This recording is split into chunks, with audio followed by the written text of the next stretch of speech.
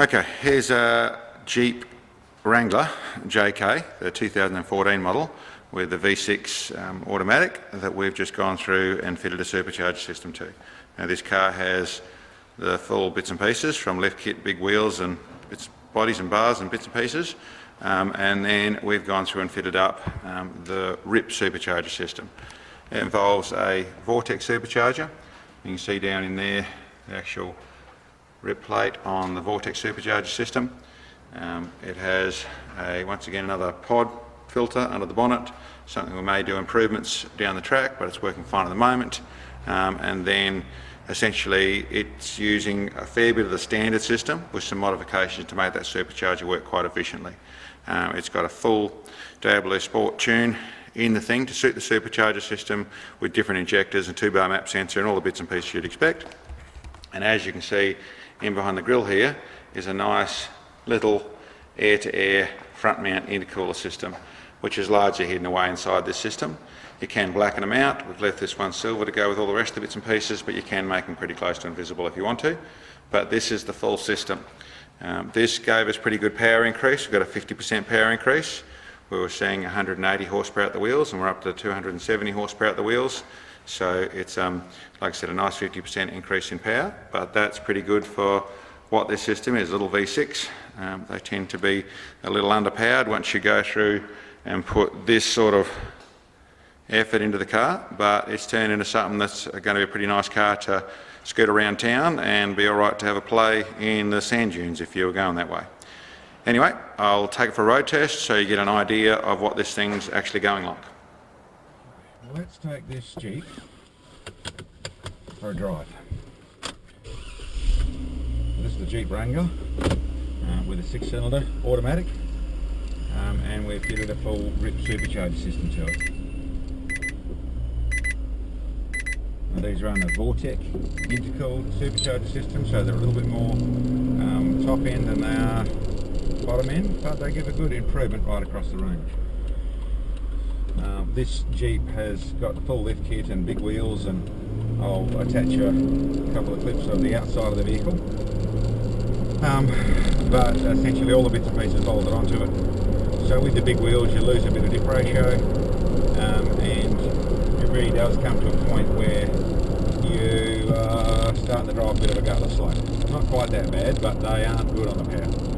So the supercharger really does help balance them back out to where they're making a bit more power than they used to. And what we saw on dyno is around a 50% increase in horsepower, so a good increase in power. But what is it, with these sort of wheels, you don't not seeing a decent number, but you are seeing, like I said, a good percentage increase. We went from 180 horsepower at the wheels to the 270 horsepower at the wheels. So it's a good increase, but we'll show you what it actually goes like in the way of performance, which is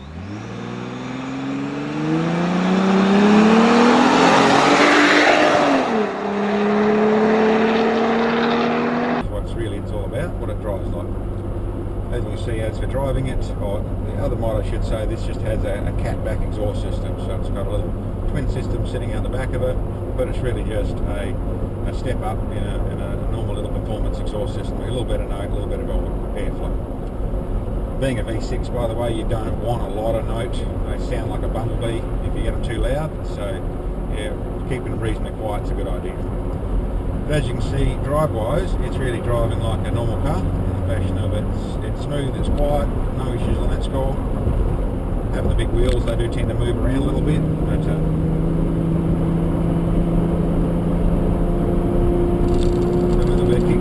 that's just moderate throttle, you've got good acceleration without any problems uphill, and they'll still float along quite gently. Anyway, I'll slow down and just go through a bit of a takeoff. So we'll go through our gears and you can see what it actually pulls like and changes gears like and all those things.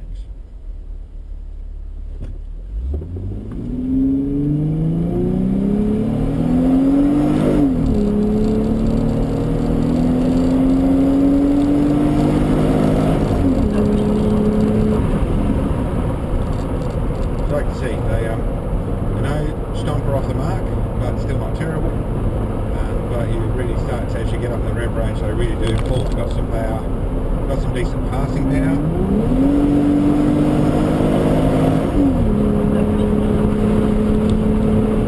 Accelerate quite well on that sort of point.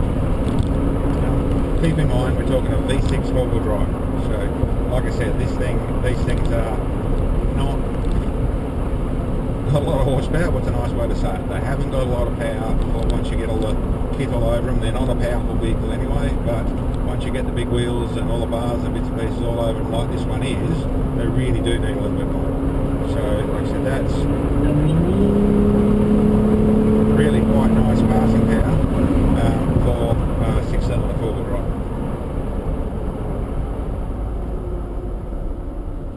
Okay, we'll just turn around here. Just go for another bit of a takeoff.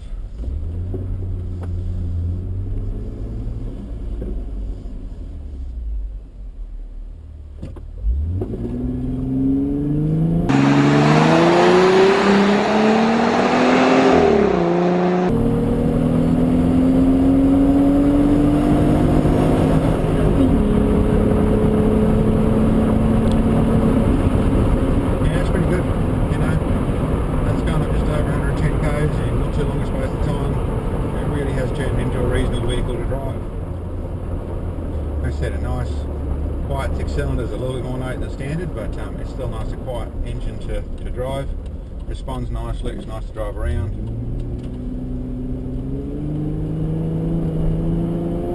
The automatic can do with a little bit of speeding up. It is learning.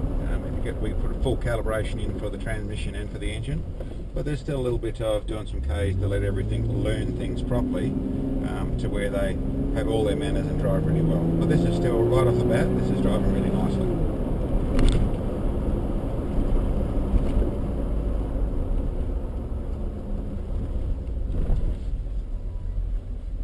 Anyway, that's a quick drive in this Jeep Renegade 2014 with a RIPP supercharger kit on it. Thanks for coming for a ride.